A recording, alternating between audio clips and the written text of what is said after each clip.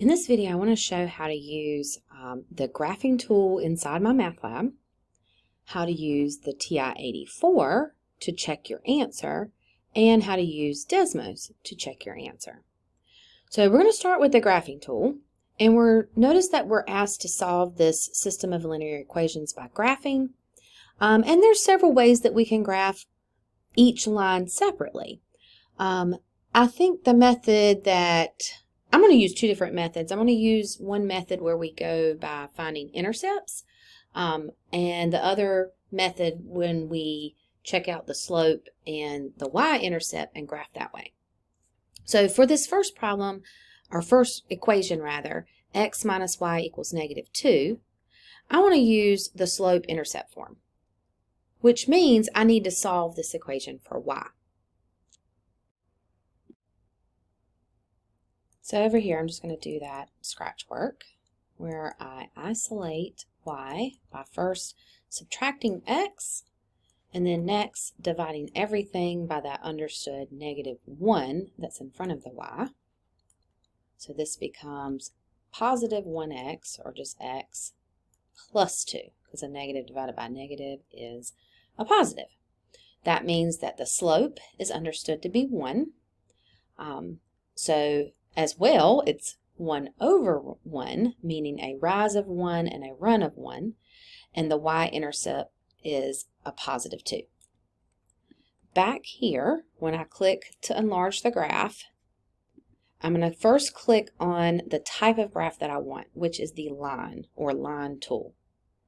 I will start by pinning to the grid my y-intercept of 2, and I will move to the next point by going up 1, right 1. I will click to pin that point to the grid, and now I have my graph, and I've graphed it in a way that I used the y-intercept and the slope. Click Save to hold that graph for right now. Okay, I'm going to come back and grab this equation, 4x minus y equals 4.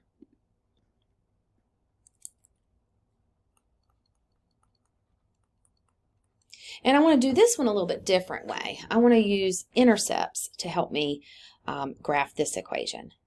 So the y-intercept occurs when x is 0. So let's let x equal 0. Let's solve for y. Well, I'll say that becomes 0. We're left with negative y equals 4, or in other words, y is -4. That's the y-intercept. To find the x-intercept, y is 0. So I'll substitute 0 there. That's the same thing as just 4x equals 4. Divide both sides by 4, and I get that x is 1. So now I have an x and a y-intercept. X is 1, y is -4. Coming back to my graph tool, I'm going to select another line. I'll make sure that x is 4. Wait, x is 1, sorry. X is 1 on the x-intercept, and y is -4. And I'll click there as well, and I will save. In that way, I now have graphed both of the equations. So this is representing the system of equations graphically. Next, I'm asked to find the solution to this system of equations. The solution is the point of intersection. So a couple of things I could do here. I could either click the zoom, I could even do this pop-out window, and I'm looking for this point of intersection. It is 2, 4. Now this particular point of intersection is really clear to read. 2, 4. Put it in parentheses because it is an ordered pair. The problem, however, comes in when either it may not be very easy to read, it may occur outside of the grid, or we don't have a very well-defined grid. So here's where I want to show you how to do the same problem, but with Desmos and with the TI-84. Let's start with the TI-84. One thing I would recommend doing just as you include additional problems and maybe change windows between problems is resetting your calculator. To do so, you press second plus 712. That's to reset. Now when I go to y equals, there's nothing here. There's no strange windows or anything like that. I do, however, see that I've been given a system that is not already solved for y, and the calculator must have our equations already solved for y. So I have to come back to my scratch work and grab those equations where I solved them for y. The first one was y equals x plus 2. So I can type in y equals x plus 2. The second one I had not solved, so I came back over here and I did that scratch work to solve it for y, and I get that y2 is going to be 4x minus 4. Now notice when I type the x, I'm using what's called the variable key. It says xt theta n. Sorry, I didn't mean to click it one more time. But that's the key that I want you to use for x in your y equals mx plus b equations. Select graph. If you don't see the intersection on your screen, then you do need to play around with the window or the zoom. Luckily here we do see the intersection. So next we're going to go to second trace number 5.